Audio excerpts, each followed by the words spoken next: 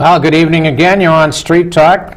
I'm Father Russ, and those of you who know, sitting beside me is Elise, one of the people who are with my community, and we're going to talk a little later about what's going on. I just want to say hello to everybody, and thank you for watching and allowing us in the home. I want to say thank you to Starbucks for their continued donations to us with their pastry. They've been really good to us now for about 3 years. Tonight I have a really interesting show. This is the second time we have the transgender ladies on with me from T.a.L.L, as was just put up on the screen. It's for me, it's a very interesting, well,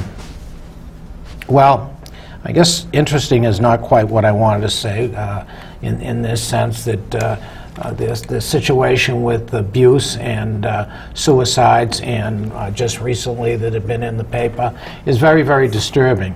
And as I investigate the whole situation, it really, from a religious standpoint, very, very disheartening that our Christian community is so unresponsive to the needs of our brothers and sisters in Christ that need our support. But I want to read this poem that I found very interesting. I'm a person who is unemployed merely because of my gender identity. I am a person who lives within a heartbeat of homelessness.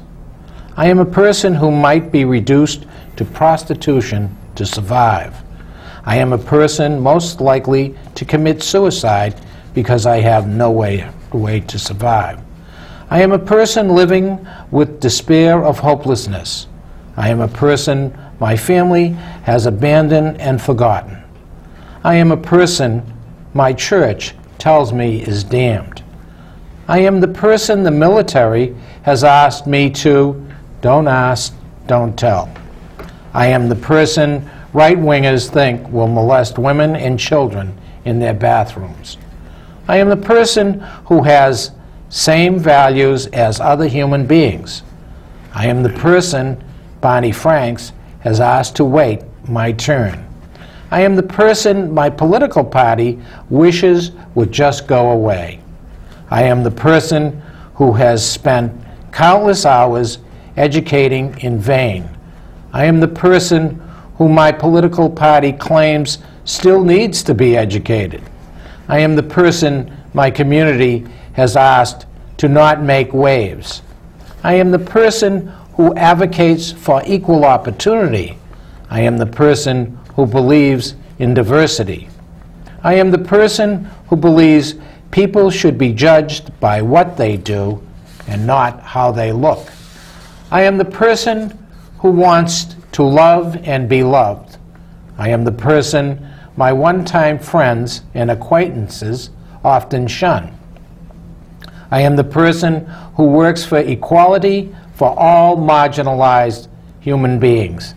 I am the person who abides by the principles of Martin Luther King, Jr. I am the person who trusts in the wisdom of Mahatma Gandhi.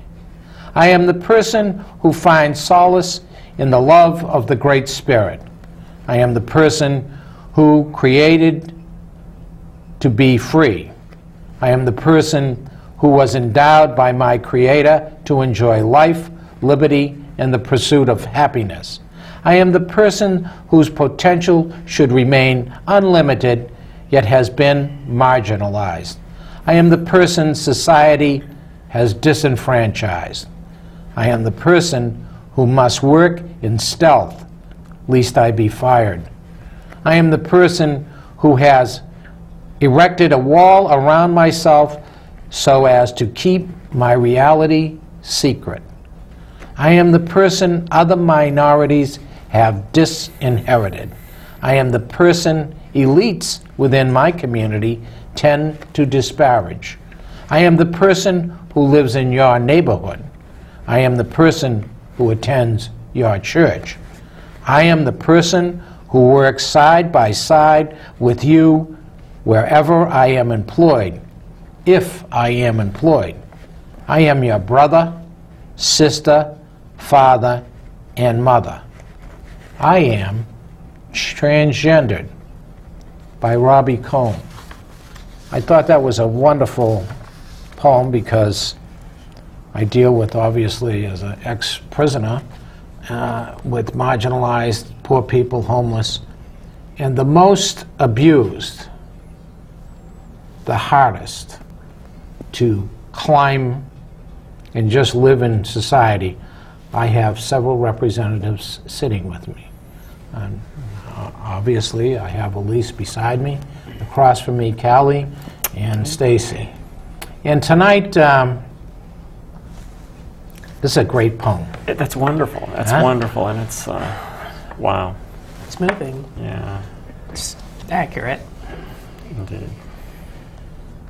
It's it's something that we all think about. All of those things are things we all think about, you know, on a daily basis. What most affects you now? I mean, this is our second show that we're on. Those people out there who haven't seen, we had another show, and you're back, and I'm going to have you back a lot, and hopefully you're going to end up doing your own shows. Thank you. You founded T.a.L.L. A support group called T.a.L.L. that's transitioning and loving life. The information should be on the screen periodically here. Which was basically a group that the bunch of us, that we have one member that is not here, that was a founding member, put together just because there really wasn't much in the way of support groups in this area in southeastern Connecticut. So we felt the need to do that, and that's really taking off, and it's been quite a wonderful experience. Right, and it's been a sort of a voyage of discovery for I think for us as well, because I'm coming to realize that there's a lot more of us in southeast Connecticut than I had realized. I thought there were maybe 4 or 5 of us, but gee whiz, reality, we had about, how many in one room one night? It was about, what, 15 to 19, it seems like? Something like that. Was it huge? A lot, yeah. Yeah, you have had a huge response. Huh? Yes, it's been very wonderful. It's been a wonderful experience. And we're going to continue moving forward with this. We've got great plans. So we're going to get some resources in southeast Connecticut for trans people.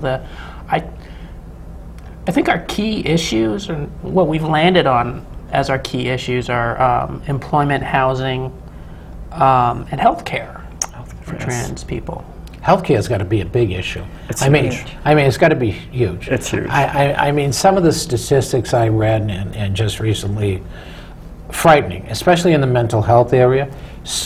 Obviously, the suicide rate among you folks is like through the roof. It's absolutely frightening. It is. It is, and Elise has compiled some statistics, which maybe she'd like some information. The national rate for suicide among all people is 3 in 100,000 people do commit suicide. Transgender suicide rate